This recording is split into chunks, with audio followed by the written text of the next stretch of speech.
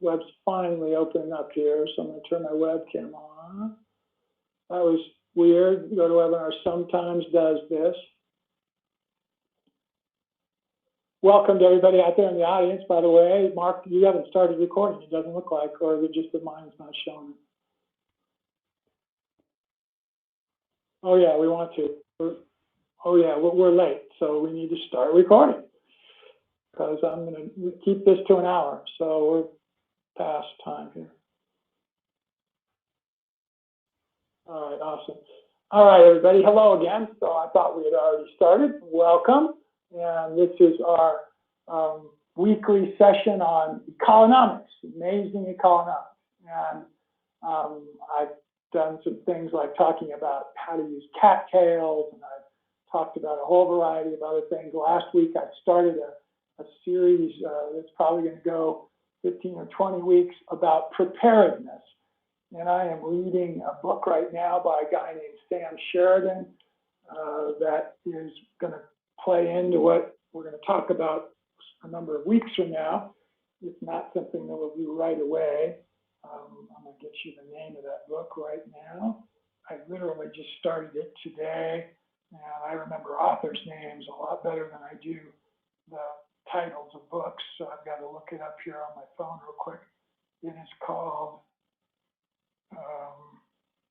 The Disaster Diaries, and it's not about end of the world things. It's actually about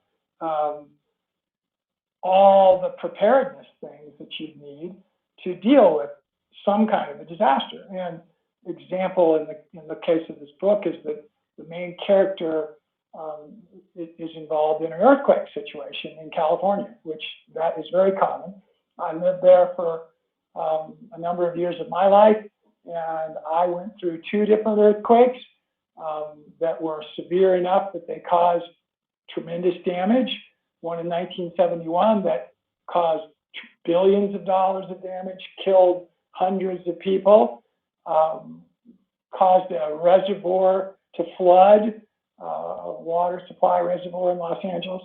And then another one that I wasn't living in LA at the time, but I was actually visiting in 1994 for business when a number of highway bridges came down, and again, lots of structural damage to houses and buildings. I don't remember what the death toll from that earthquake was, but water would be real important to have.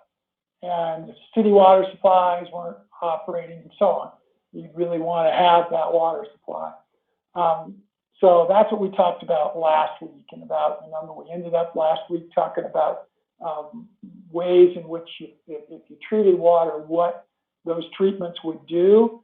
And today we're going to transition, because I told you we're not going to go into depth in any of these preparedness issues. We're going to go lightly through them, and then we're going to find experts to talk about very specific portions of them. So we're going to stick with me as something that I think I'm an expert about today, and that is we're going to transition from water as just something we need to drink to water as a source of food.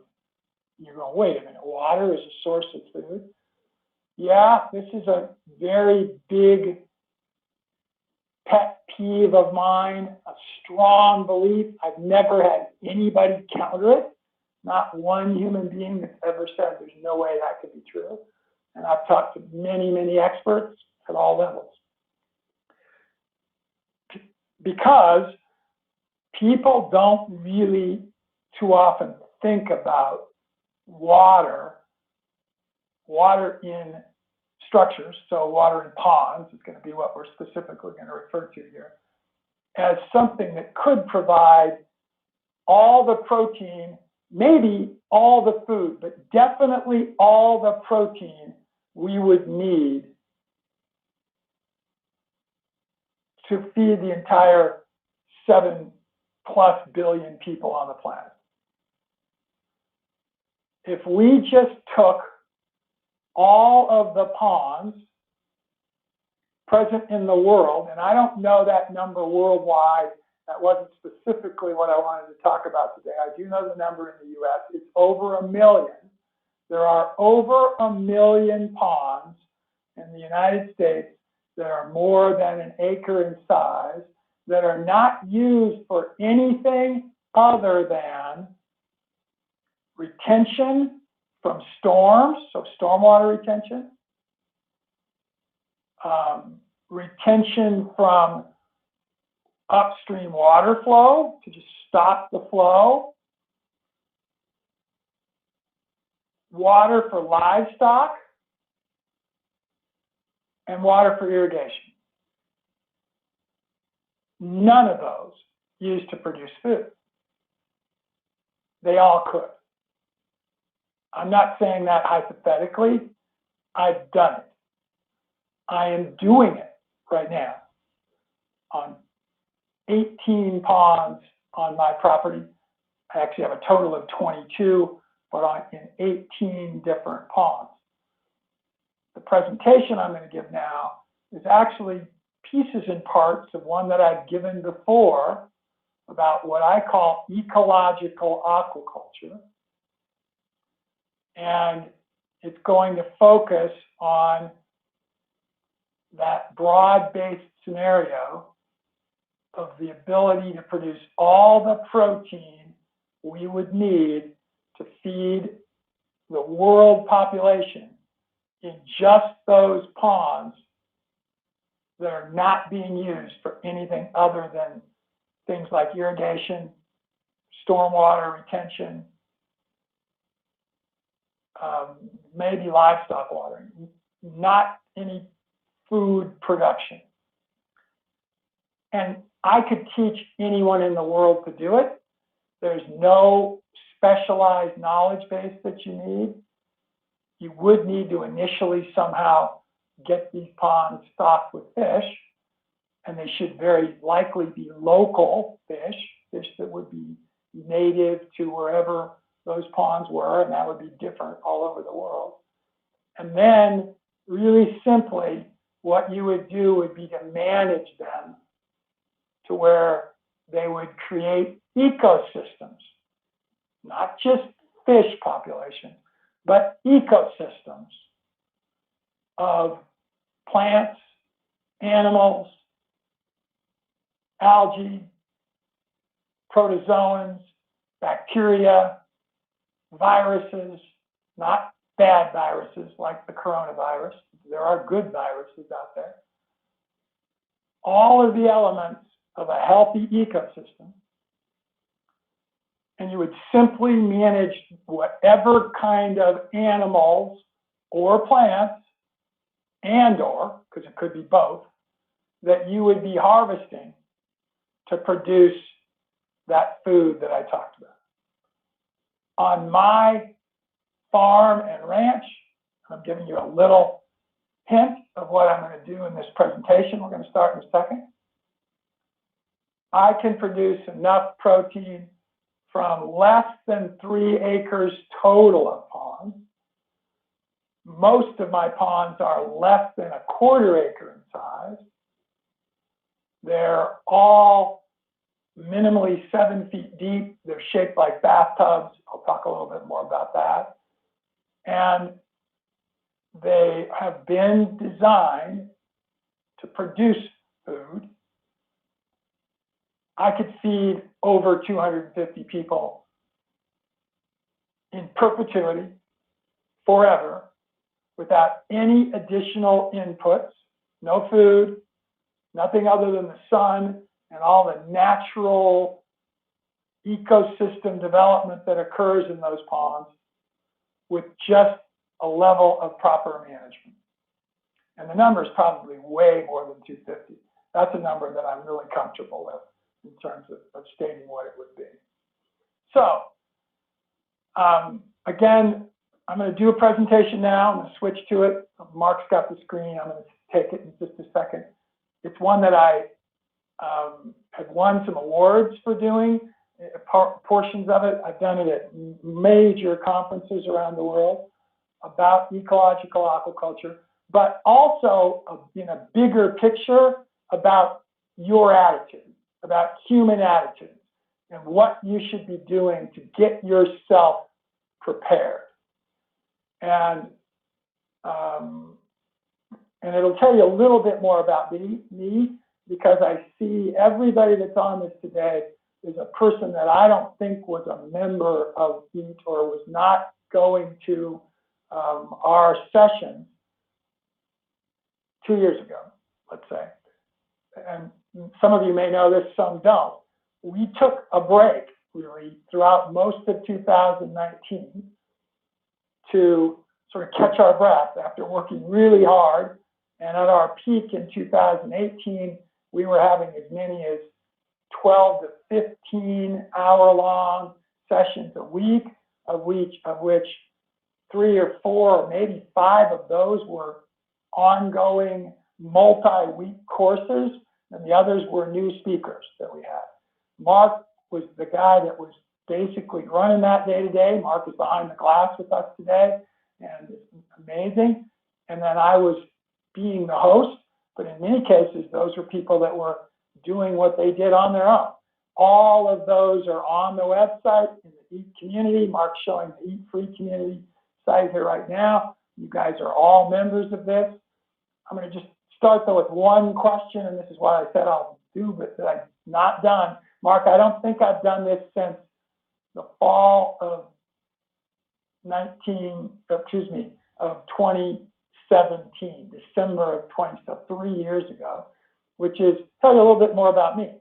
So put in the little Q&A box, if you would, if you really know anything about me as my past historian. I'm talking about professionally and or personally, and also about what my professional expertise is. So if you wouldn't mind, put those on, just put those in the Q&A for us. Mark, you keep watching the Q&A. I'm going to really focus on the presentation. So I'm going to go ahead and take the screen here. Mark, you're probably going to need to give it to me.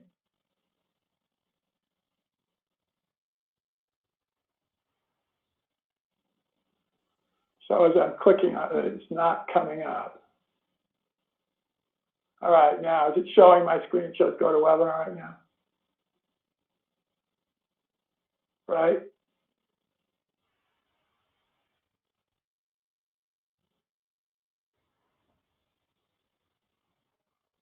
I understand, but it's not showing my screen.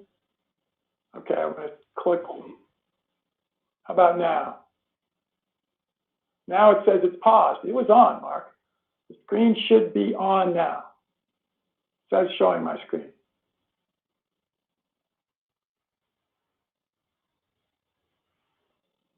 Would other people, you guys got to help us. I know we have off the chart shy audiences, but I really need your help right now. Could one of you please put in here whether you're seeing my screen? Sometimes Mark's computer's just not, because it's being shown, shows that it is.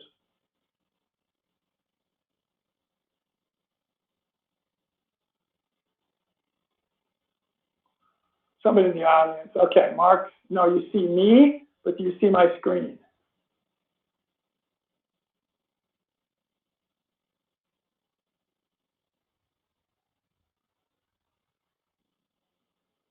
I don't understand what's going on, Mark. Look at your computer. It is showing, on air showing screen. Wow, that took that long? Wow, okay.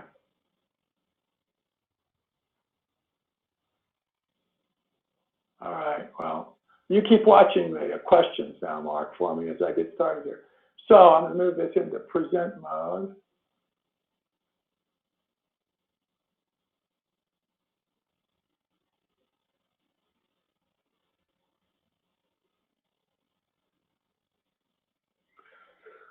Okay, again, I told you this is going to be bits and pieces. Boy, it's going slow. There we go. It's loading. Bits and pieces of something I've done several times. Man, this is really slow, Mark. This could take a little bit. About ecological aquaculture and that broad subject I just described, which is of having ponds and and water bodies, small water bodies, be able to provide all the protein, potentially all the food you might need. And what do you call growing food in water, everybody? Just throw it in somebody wants to, in the Q&A, and Mark, you tell me if somebody gets it. Make it easier. What do you call growing food in soil? Everybody knows that, right?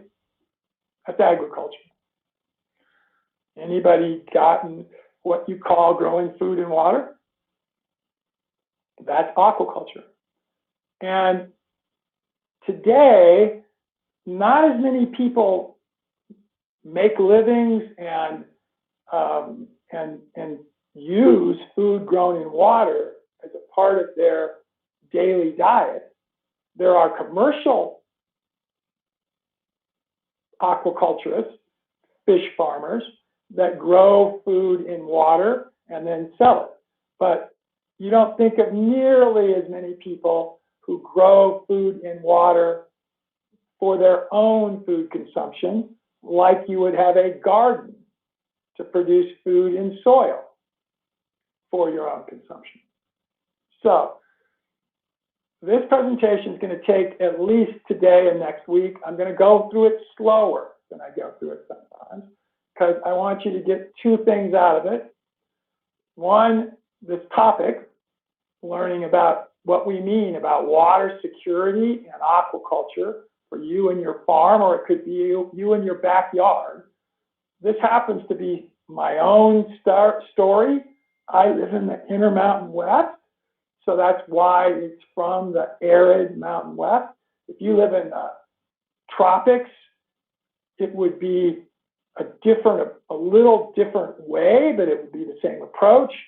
Your story would be a little different, but again, I and others could teach you how to do it in that circumstance also, okay? So you know who I am. That's me down there. And Mark, I'm going to turn my webcam off while we do this, just so we get the whole screen better. There I am in the bottom there in the very early stages of redevelopment of a greenhouse that we used to have that was 50,000 square feet, and it was previously used to grow cut plants for sale to people ornamentally, and those were the growing tables for it. This was right after we acquired it and we were starting to remodel it. It was actually 9 total separate greenhouses, most of the square footage in 5 of them. This particular one, I think, was about 15,000 square feet. By the way, that's about a third of an acre. You're looking from one corner near the door, back in the corner where the 3, I'll use my cursor, where the 3 air handling units are, right back here. That's the other catty corner. Eventually, for 4 years, we grew shrimp in here in big tanks. And I'm talking about marine shrimp in Colorado. I'm not going to talk about that at all today. That's me over here on the right. Just another little bit of view. You guys have seen me live, so that's not that important. A little bit about, I'm 68 years old. I'm a creation of God. Don't get offended by this. This is just my spirituality, which is really important to me. I really respect yours for whatever yours might be. It could be a person. And Mark, you know that's true, right? You know how much I respect other people's spirituality. Can you vouch for that? Just because Mark is, and I have virtual assistants from all over the world in different kinds of spiritual situations. Would you agree with that, Mark? So it just happens, this happens to be mine, and it's important to me, so that's one way. If you were to get to know me, you'd know that it was. This is me. This is an alpaca down here. This happens to be what is one we currently have now sold, but he was the world champion. And there's been times in the past when I've talked about him. I actually have my view here over the top. That is my wife, Deb, and that's in our bedroom, maybe. I don't know exactly where that was, where that is in one of our homes. I've been a husband to her for 38 years. She's amazing. This is going to go a little slower. This is a little bit more about my family. Over here on the right, this was at my middle daughter's wedding, who happens to be in the middle there, several years ago. At that point, this is her, this is Kelly. We had 5 grandchildren.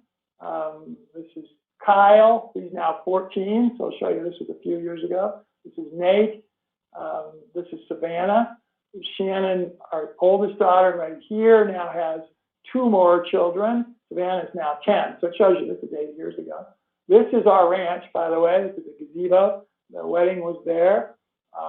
This is my daughter, Whitney, who is our youngest and was just married.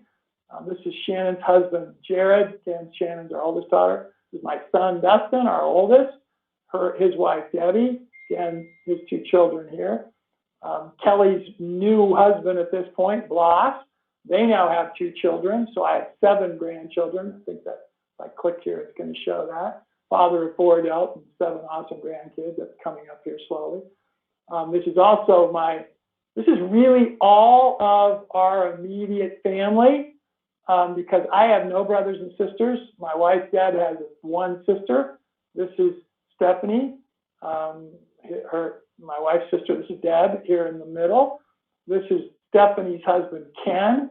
I have 3 nephews. Austin, who is now a college graduate and working for Deloitte and Touche. Nick over here, who's a senior in college down in Arizona, and Bryce, who's a freshman at UCLA here.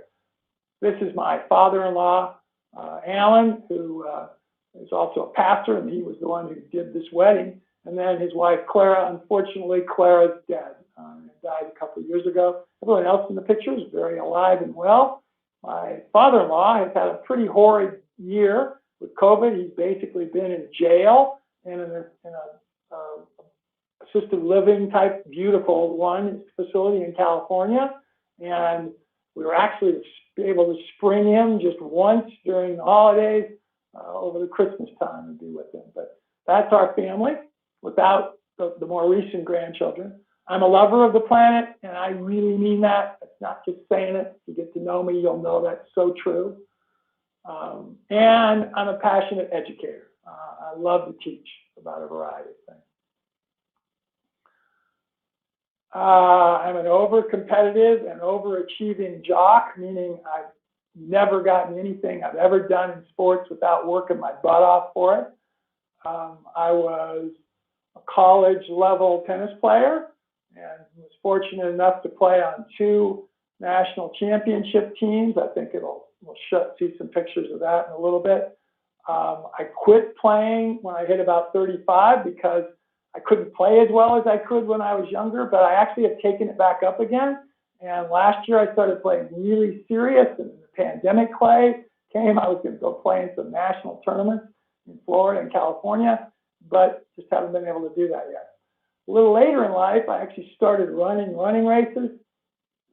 This is a profile of one race that I've run, which is called Leadville 100, and it's 33,000 feet of climbing over 100 miles of running.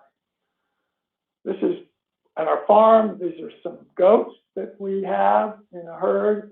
I'm a career scientist. I've done all kinds of things. I am a serial entrepreneur, which means there isn't any kind of a business that I can't typically enjoy and haven't had some involvement with probably.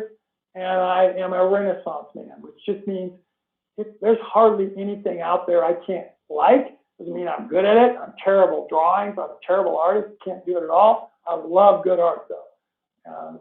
And so that's one thing.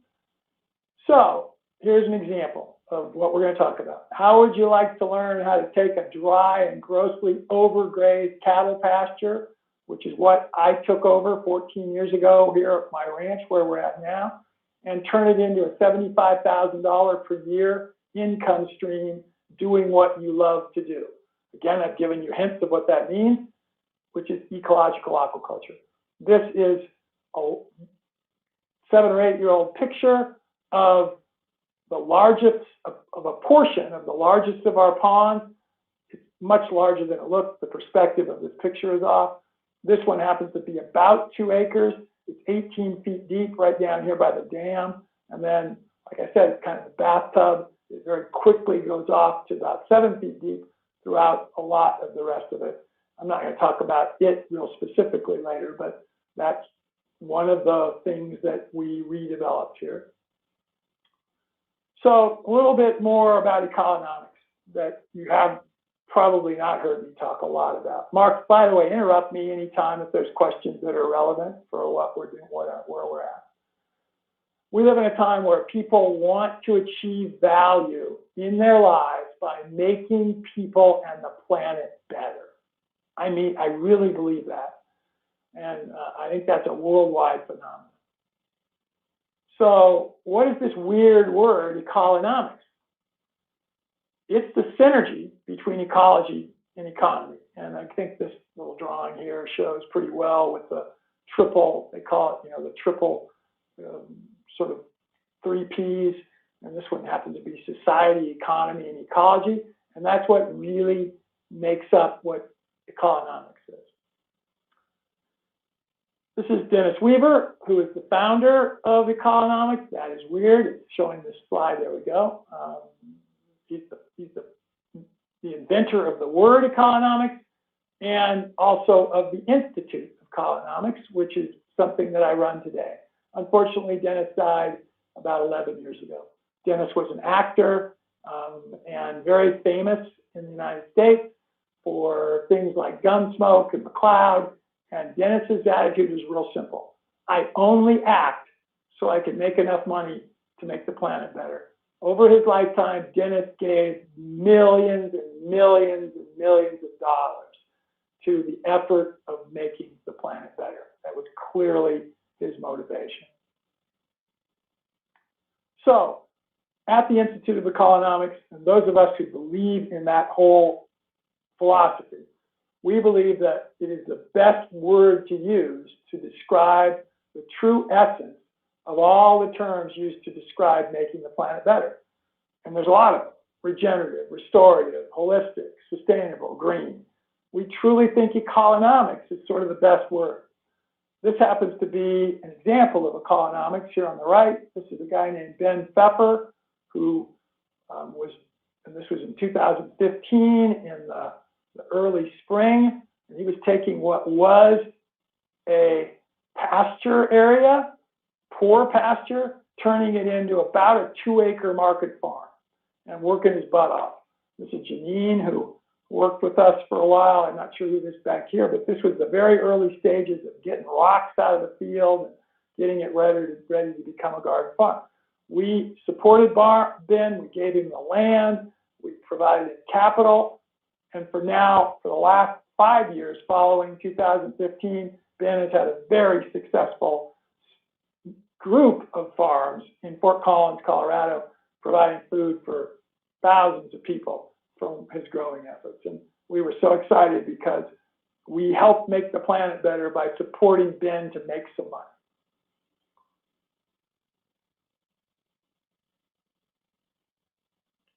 So a little bit about the Earth timeline and sort of what its reality is here.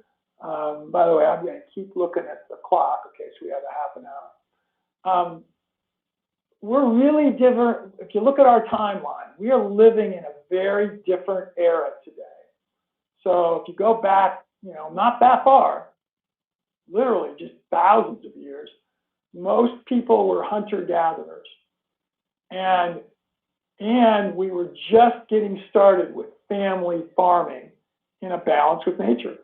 Frankly, ecological farming, ecological agriculture, something which we haven't done a lot of over the last many years, probably 200 years at least.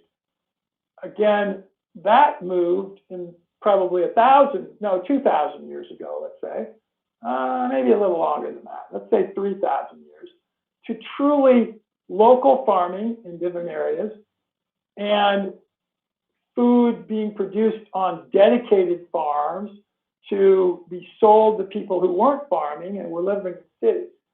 And even at that time, we started to degrade the planet by those farming efforts. Not horribly, but we did certainly start that. Much more recently, like I said, 200 years ago, at the beginning of the Industrial Revolution, and really not even quite that long ago now, so probably 170 years, we really started to see industrial farming occurring. And unfortunately, that has led to mass ecosystem destruction in many places in the world. So now what we're trying to do is move towards a new reality, which would be regenerative living and farming and industry, in ecolonomic fashion.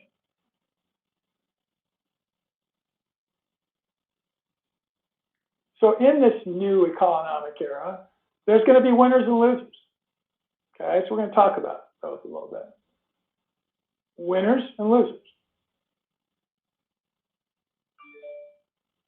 Okay, something should have come up, but it didn't.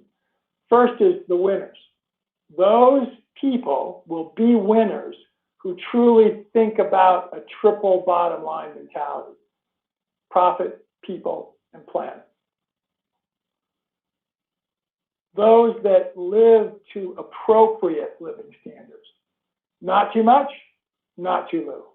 Unfortunately, we have a huge bifurcation in the world right now, with way too many people, probably at least 1 billion, living with too little. And not nearly 1 billion, but probably in the couple 100,000, maybe a million, living with way too much. They don't need to live the way that they live. They're just living with above appropriate standards. The winners know that we're the stewards of this earth, and our job is to preserve it and enhance it for many generations to come. What about the losers? Well, there's a lot of them, probably more than there are winners. Their attitude is, we need more profit for shareholders today. They really do think about personal gain first, and then maybe, if possible, some gain for others. They really believe that all earth creatures are there only for the benefit of mankind. So, what's the common thread of all those winners? Reality is, they're finding ways to embrace this ecolonomic era that hopefully we are beginning. So hey, let's talk about how you can embrace it also.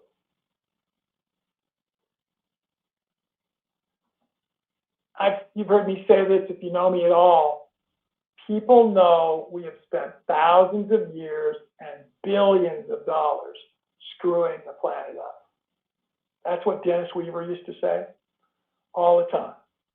We know natural resources are finite and won't be there for future generations. That's an example, and you see it more up on the hillside here, of what's called clear cutting, where they're taking all of the timber down for forestry.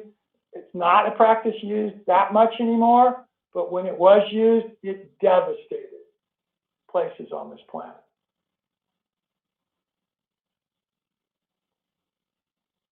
A bunch of us, those winners, we are sick and tired of getting our food from thousands of miles away. Again, if you know me at all, you've heard me say this. Most of the major metropolitan areas in the United States, and maybe in the world, certainly in the United States or in North America, get most of their food from over 1,000 miles away. The average distance their food comes from is in the range of 1,200 to 1,500 miles. Here is a reality. If the supply of food to any major metropolitan area in the United States was stopped now, 3 days from now, people would start killing each other in the streets to get food because we don't have an intermediary area in the United States a supply of more than 3 to 4 days. Anywhere, we don't have it in major metropolises. Back to a little bit we talked about last week, clean water for drinking is not available to more than 1 billion people worldwide. I hope that's a scary number to you, because it should be. 1 billion of the 7+ billion on the planet don't have clean water available to them.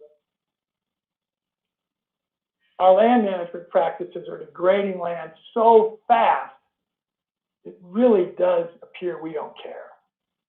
We really don't care. There's lots of views on this, but whether it's all man-induced or whether it's caused by a whole bunch of different ways, climate change is occurring, and I don't think many knowledgeable people, scientists, and others would argue that within 20 years, if we don't do something about it, the consequences are going to be catastrophic. So just some cool pictures over here. This is a great book, by the way, by Chris Stokes and Mark Howden, Adapting Agriculture to Climate Change. Something you might think about getting. And we could go on with much more, but here's a few other loser-related issues. There is less than 4 days. I said this already, so I didn't remember I had this on the slide. 4 days of food for any major city in the world if transportation was stopped. We are losing 200 square kilometers of forest a day to some kind of degrading land use. That's a lot of land, 200 square kilometers a day. We will not have enough water in the grain belt of the United States, where most of the wheat and corn, and that's still not just used in the U.S., it is exported. That is a agricultural export in the United States. We'll not have enough water in that grain belt in less than 30 years to have enough corn to produce through industrial means. Even forget the good ways we want to farm to feed the nation.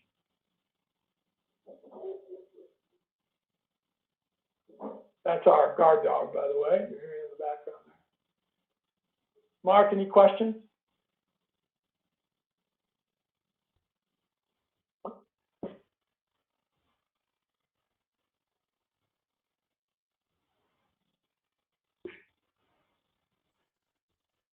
Commenting what again? What was the comment?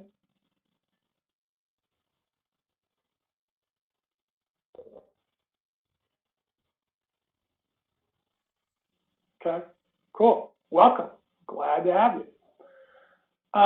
So I won't get through this all today, so you're going to need to come back next week. But I'm going to teach you now about 5 ecological keys that any of you can use to improve water security. Remember, that's what the topic was that we started with last week.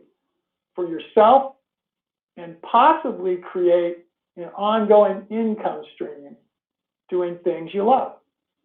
Now, very biased. These are clearly things that I love, right? But these keys can work for you, honestly, in anything you do in whatever your living situation is. So here goes. Here's key number 1. And you should apply this to everything you do that is truly important to you in your life. Know history and observe. Okay, key number 1. And because we're going to apply it to land-related things, this could apply to all kinds of things in your life, by the way, but we're just going to apply it to the land. Observe your location carefully Be as creative as you can to develop a plan that builds on what it was historically. That's something people don't think about very often. Mark Shepard is amazing at this attitude. This is truly a variety of people, and not many, that think. Real key. Develop a plan that builds on what historically was, and then what it could be now.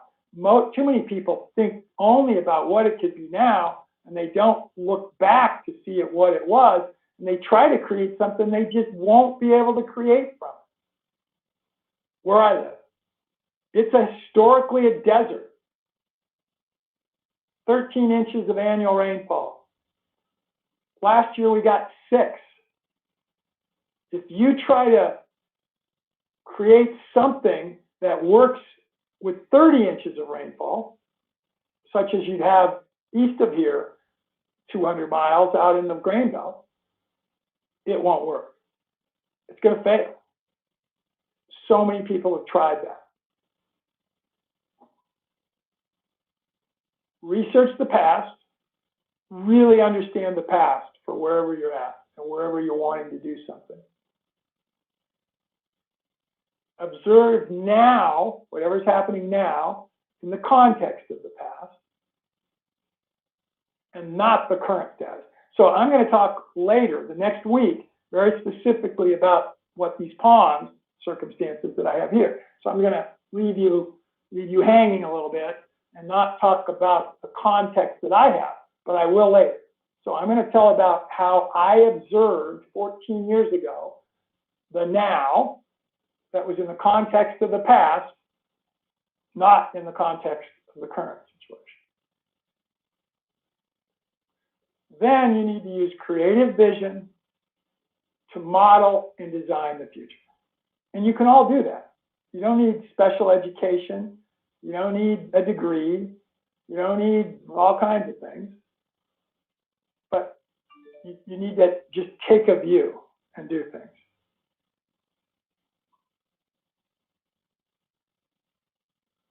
Key number 2. Remember, there's 5 keys here. Construct by failing forward. Say that again. Construct by failing forward. That's what Thomas Edison did.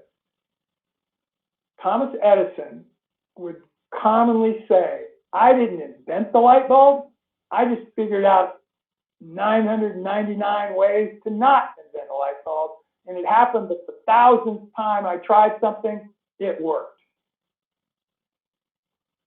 So he tolerated, he put up with, he persevered through huge failing before he succeeded in the construction by failing. That's what failing forward means. If you focus on today, you won't tolerate failing. You'll quit. It really takes focus on the future. Edison had that. Any major inventor you could think of has that or had that. Elon Musk has it.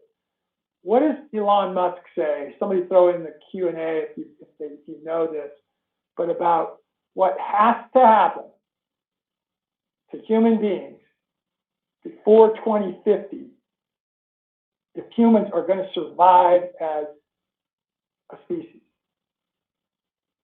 He said something really specific that has to happen 30 years from now. And he made this statement at least 5 years ago. Put it in the Q&A if you know it. I'll answer it in a few minutes if nobody gets it. So you got to think about your outcome, not for today, not for tomorrow, but what it'll be for many generations into the future. Edison when he did the light bulb, Ford when he invented the car,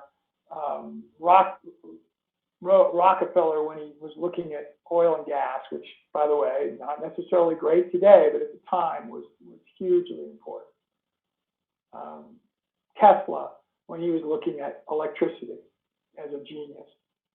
Einstein when he was looking at relativity and all the things that surround that. This last bullet's really important. And frankly, it takes a little bit older person, which I am, and having been around ecological systems for a while and remembering them, is that most ecological systems, so meaning deserts, rivers, springs, mountainsides, prairies, all the different ecosystem types you can imagine, are much more resilient than they're betrayed. And what does that mean? Resilience means they can overcome horrible treatment, severe degradation,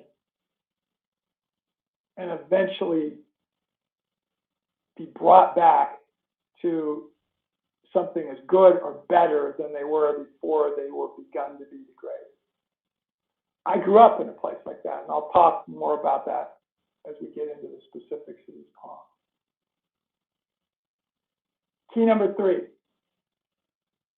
manage for minimal future input, meaning you don't manage to work your butt off into the future, which is the way most farmers manage. Whatever they're doing on their farm today, they manage if they have to do more of it and work harder in the future. We're talking about a different kind of ecological management. And I'm going to use a term that Mark Shepard uses in a little bit here. Mark, did anyone get it right about the question that I asked?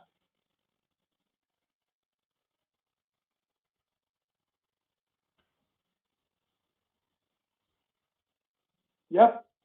Elon Musk said 5 years ago, even way before he'd had really any success with SpaceX, that by 2050, we will have to be colonizing other planets or other locations in the galaxy, in the universe, because this planet won't be able to support. He truly believes, in his gut, I hope he's wrong, and frankly, I don't necessarily believe that he's true. That's why I happen to believe in a more resilient potential. But Elon Musk believes that if we don't colonize space by 2050, we're gonna be in trouble. By the way, there's a very new movie called Midnight Sun that I'm not going to give. If you haven't seen it, you should go watch it. It's with George Clooney and a number of others. And it's a little bit with this theme.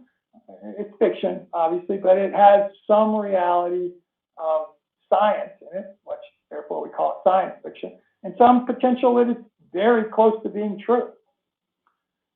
So we're going to try to manage for the future with manage for minimal future input. On the right, here's a picture of an ecological system where it's all based on sunlight. So if you have the sunlight, all those other things interact with each other. So it really requires minimal future input. So I'm not going to, describe that in detail here today. I might later, but that's an example of minimal future input.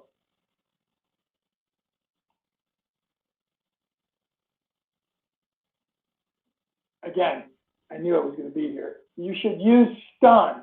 Stolen from Mark Shepard, that's Mark's term, which stands for strikingly terrific utter neglect to manage ecosystems.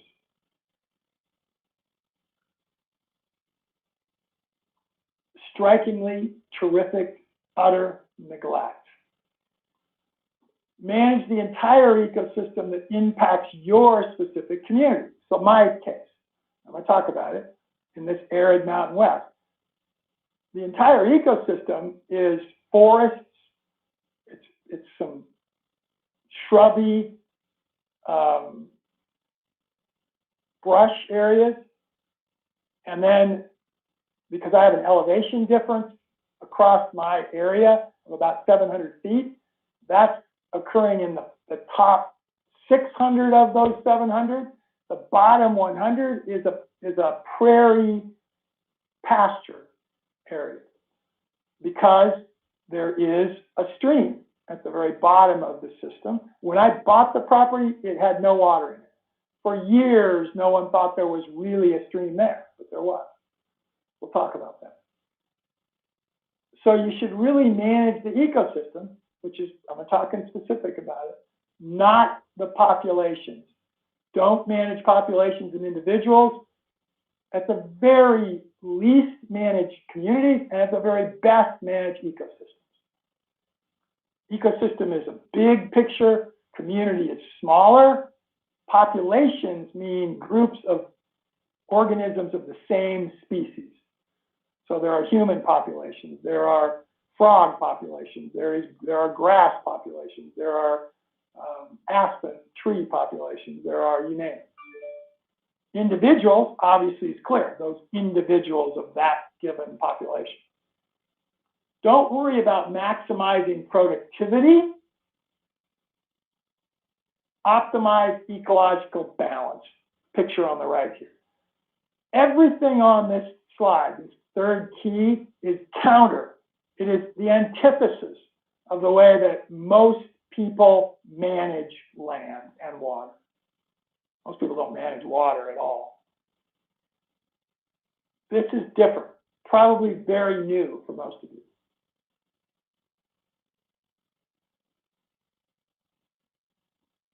Key number 4, harvest what is available. This is also not what you learn in traditional ag school, let's say. Always look toward diversity. The more diverse, the more productive. Guess what? That's not what we hear in monoculture agriculture. Grow that corn, fence row to fence row. Optimize that corn in its production. Get the highest densities, get the highest yields you could possibly get. Bull crap. Doesn't work. You want diversity. Don't worry if what happens and what you get with that diversity is different than what you planned. It's going to be real key. Be creative. Take what your system gives you, your ecosystem, biological system.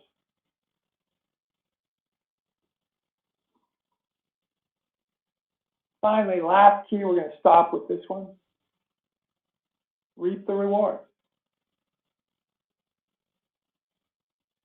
By the way, this is a distinction of definition, but it's one that is, again, has a little spirituality. I think it can relate to probably any of the sort of major spiritualities in the world. Native Americans, what theirs might be, to Inuit Eskimos, and who are Native Americans, to Muslims, to Hindus, to Buddhists, and so on. And that's work or live with joy. A lot of people confuse joy with happiness. Joy comes from deep inside, and it means that overarching, at the end of every day, or every week, or every month, some time frame more than just the instant, the moment that we're in, you just in your gut feel like, I'm doing the right thing, and it's good, and I'm happy with it. It gives me happiness, by the way. So joy will create happiness, but it doesn't always create happiness. Happiness is in the moment, feeling just great about something you did in the moment. A lot of times when you're following these keys and back to failing forward, you're not going to feel happiness in the moment. You're going to feel sadness that everything you're doing doesn't seem to be working, but you can feel joy. So work with joy to make, and if you do, it will make you mature and complete, so that work becomes play and profit is measured by legacy and the people you touch, not by dollars. By the way, that is paraphrasing of what's taught, and again, all the spiritualities in the world. And it really carefully paraphrases, because I wrote it, something that is involved in the Christian spirituality. And it's actually a verse called James 1:5, which more specifically reads, work with joy and persevere all the negatives that you could have, because if you do, it will make you mature and complete. And it goes further and says, and not lacking in anything. If you have a legacy, you believe you've created a legacy. And what's a legacy? A legacy is something that people remember into the future about you. If you have a legacy, you can be a pauper in terms of dollars, and you can feel joy. And there will be happiness at times. And you will be mature and complete. So we can all think of people that fit that. Mother Teresa, Gandhi, there's lots of people through time that are well known, but lots more are living today whose names you don't know, who exemplify this. Do not judge success by dollars.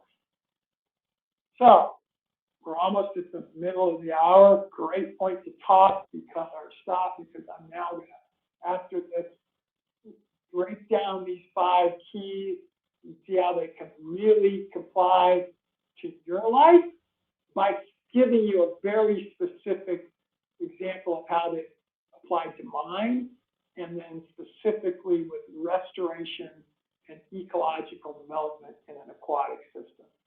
So that's what we'll spend next week on. So I'm going to stop there, open it up for any questions, comments. I'm going to open those myself and look at them. Anything else you guys have? Mark, you've seen this presentation before. Does it give you any, does it raise any new questions or thoughts for you?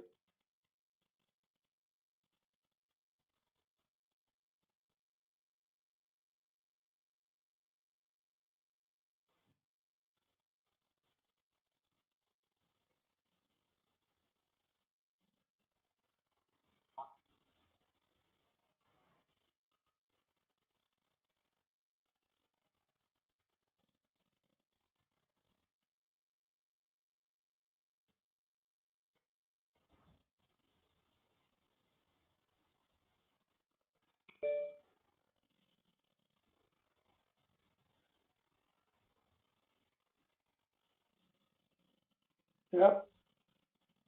All right. Well, I don't see any other questions or comments here. Thank you, guys. You've been a great audience. We have many more webinars coming up. 3 more this week. 1 tomorrow and 2 on Thursday. Is that right, Mark? Have I got that right? Or 2 on Friday? Or do we have 4? Do we have 4 more, actually?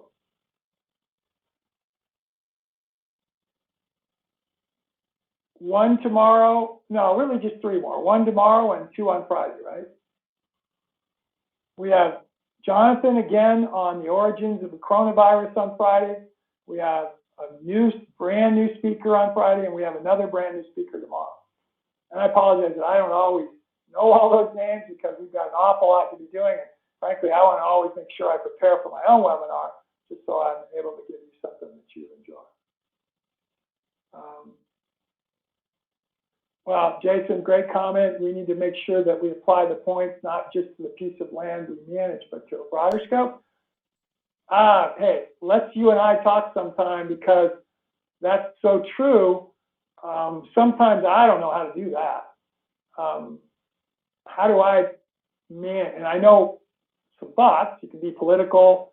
You can obviously become the mayor of an area, or somehow have the ability to run there. You can do research. You can do all of that. But you know what? I'll counter a little bit. I'll just play a little bit of devil's advocate to that. Too many people just quit to even try to manage what they have themselves differently than what they've read or they've their next door neighbor does it because they're afraid they can't even do it at a local level, let alone have any input or any value on a broader scale. So I love your thought there, but certainly don't want to discourage from people doing local related things. So instead of just having your front yard be a mowed lawn, or your backyard be that, maybe you could do something in a much more productive, regenerative, restorative sort of way, but maybe you can't touch much more than that. And that would be very great if you could do that. Last little one here, designing in the historical context. I lived in what historically is a floodplain. The current situation is a Mediterranean climate floodplain due to extensive levee system. How much of the historic floodplain would you include in your design work? Great question. I hate to say I'm going to answer it next week, I think, in detail, but honestly, if it's an aquatic system, so if it's water farming, water system, man, I love having a floodplain rather than having to put some kind of a aquatic system in a place that wasn't historically one. Again, if I looked at the history and I tried to put ponds on a steep hillside with rocks on it, I wouldn't do that. I would try to find a floodplain where I could put aquatic systems. I may have to have water rights if I was here in the United States. I don't know where you're from. I may have to have zoning approvals and those kinds of things. But from a looking at history perspective, floodplains were places where probably historically they were entirely aquatic systems. And yet we try to turn them into terrestrial systems. So, and you're saying that that's been what's been done by levees. But if you have access to that kind of land, I'll give an example. I work with some fish farms in Southern California in the Salton Sea area, which is a huge land-based farming production area in the Imperial Valley. Many of the vegetables in the United States come from there, but it's all artificial. That was a desert historically. And it's only because of water being moved into that desert from the Colorado River that that area has been able to be farmed in what is an unbelievably non-economic manner. And it's going to fail. It's in the process of failing now. So Chad said he's from the Bay Area. He said, thank you. And we'll talk about it. You live in an amazing place if you can get approvals and rights to do things from an aquatic perspective. All right, we're going to end it for now. Thank you, everybody. You've all been awesome. The questions are great. Appreciate you. And I'll see you for sure next week. And then if you come to any of the others, I think you'll love some of the others. Jonathan Latham is awesome. In his second week, he's going to be talking about the origins of the coronavirus. All right, adios, good night. Take us out.